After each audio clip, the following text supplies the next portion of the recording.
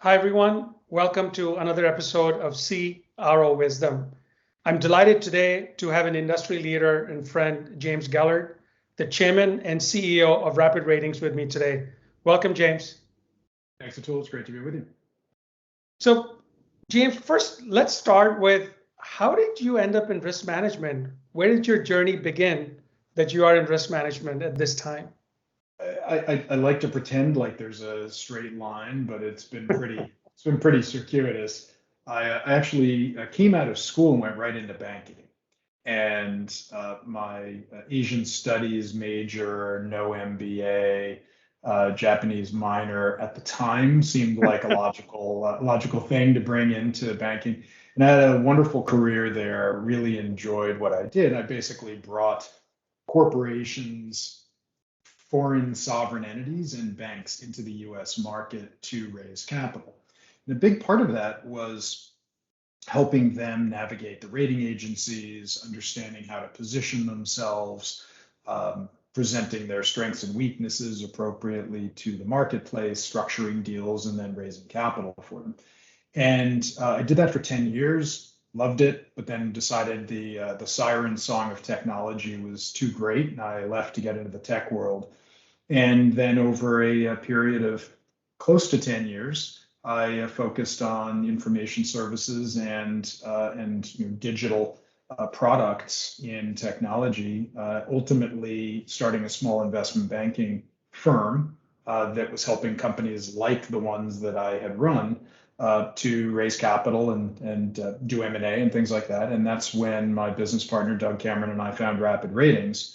It was a company that was small and young, but we had the opportunity to buy it and position it in risk management today. And we've kind of taken that in a lot of different directions, but particularly in the kind of risk that we help people manage today: supply chain risk, third-party risk, credit risk, things like that. Wonderful. So, James, tell us a little bit more about your role as CEO. Kind of what are some of the areas that you focus on? So, as you also know well, being a CEO sort of puts you in a position where you show up to work every day expecting to do 10 things. You get about three of them done, and you do another seven, three of which you have never done before and have to figure out along the way, right? It's always a bit of a daily scramble, but sort of directing the strategy of a business in the risk space is, to me, incredibly exciting and rewarding, particularly because the kinds of things that we focus on, particularly in supply chain and third party risk, are so incredibly important and strategically relevant over the last 10 years, but even just the last 18 to 24 months.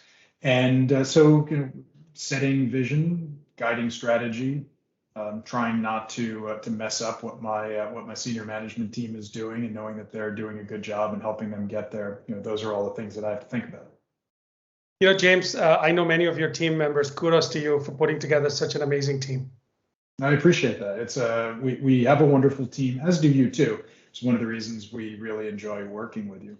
But we've got a great team, a great culture, and to me, a lot of that has come from our choosing a client-centric philosophy from day one and keeping our eyes always on how are we helping clients, how are we helping them achieve their goals, determine what problems they've got and how we can attach the value of what we do to those problems, and frankly not selling what we do to people for whom we'd be a bad fit, because ultimately that doesn't serve anyone either. But the team really has embraced all of that, and I think kind of forwards that message along every day.